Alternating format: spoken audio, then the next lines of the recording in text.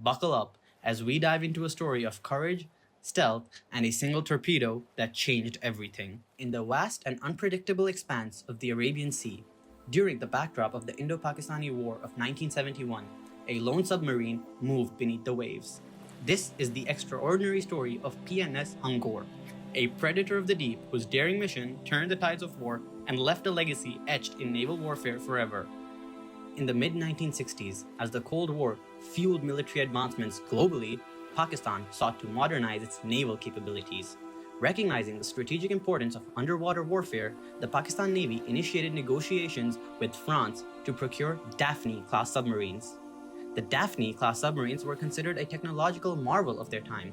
Compact yet powerful, these diesel-electric submarines were equipped with advanced sonar systems, homing torpedoes, and a streamlined design that allowed for extended underwater operations.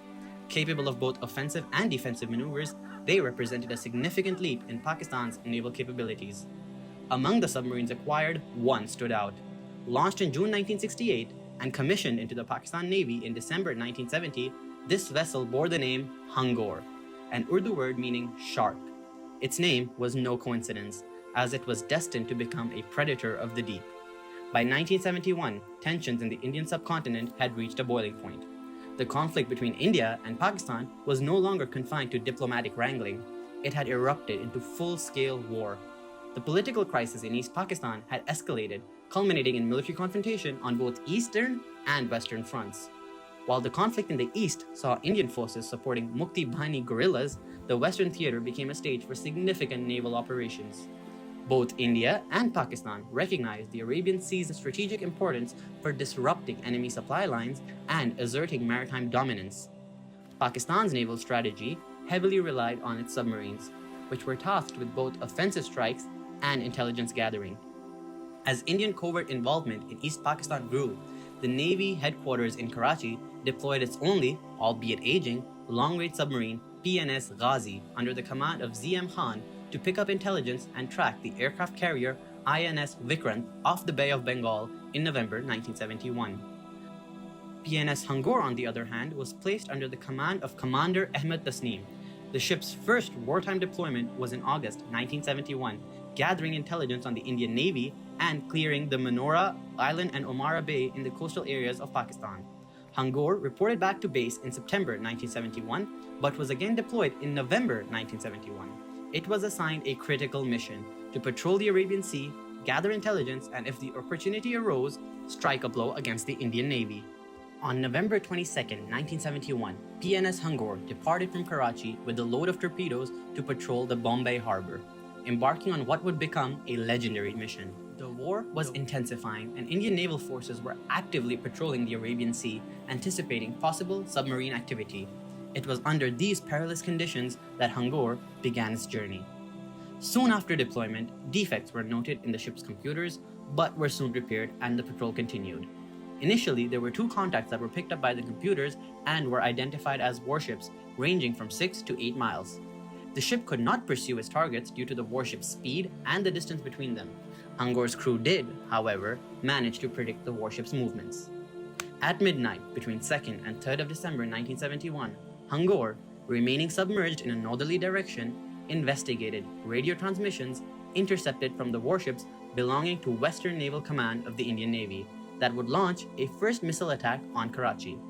Hangor was passed over by a large squadron of the Western Fleet of the Indian Navy. The cruiser, INS Mysore, passed directly over the submarine. All transmissions and computers were shut down to avoid detection by the Indian fleet, and once passed over, Commander Tasneem broke the radio silence and communicated with naval headquarters to warn of the attack. Unfortunately, this message was intercepted. On the 3rd of December 1971, the Indian Navy dispatched two anti-submarine frigates, INS Kukri and INS Kirpan, under the command of Captain M.N. Mullah. On 4th December 1971, Naval Headquarters communicated with Hangor, giving her war codes to attack the Indian Navy's armada. By December the 9th, 1971, Hangor had moved into position near the coast of Diu. It was here that the crew detected the two Indian Navy frigates, INS Kukri and INS Kirpan, operating as part of the 14th Frigate Squadron. These vessels were tasked with anti-submarine operations, following intelligence reports of Pakistani submarine activity in the region. The stage was set for one of the most significant engagements in modern naval history. Using its advanced sonar systems, PNS Hangor tracked the frigates. Commander Tasnim and his officers meticulously planned their approach, analyzing the frigates' patterns and determining the ideal strike moment. At 1957 hours, Hangor fired its first torpedo, a homing torpedo aimed at INS Kirpan from a depth of 40 meters. However, the torpedo missed its target, possibly due to evasive maneuvers or technical issues. The near miss heightened the tension on both sides. Kirpan, realizing the threat, began deploying countermeasures and maneuvering at high speeds. Hangor had struck first but had failed to hit hard. As Kirpan fled the battle, Kukri, to its south, knowing the direction from which the torpedo had come, increased speed and came straight for an attack on Hangor. Undeterred, Commander Tasnim ordered a second attack. At 2014 hours, a torpedo was launched targeting INS Kukri, the lead vessel. This time, the torpedo struck with devastating accuracy. Shortly before the impact, Hangor detected the direct orders of Captain Mullah ordering evasive maneuvers. The explosion had hit Kukri's magazine, triggering a massive secondary explosion that ripped through the frigate. Within minutes, INS Kukri sank beneath the waves, taking with it 18 officers and 176 sailors. INS Kirpan moved into the scene, hoping to engage Hangor with a hasty dropping of depth charges, but a third torpedo had locked onto Kirpan's tail, following a loud explosion.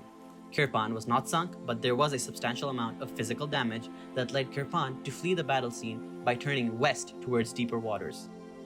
The sinking of INS Kukri was a profound blow to the Indian Navy. It marked the first time since World War II that a submarine had successfully sunk a warship in combat.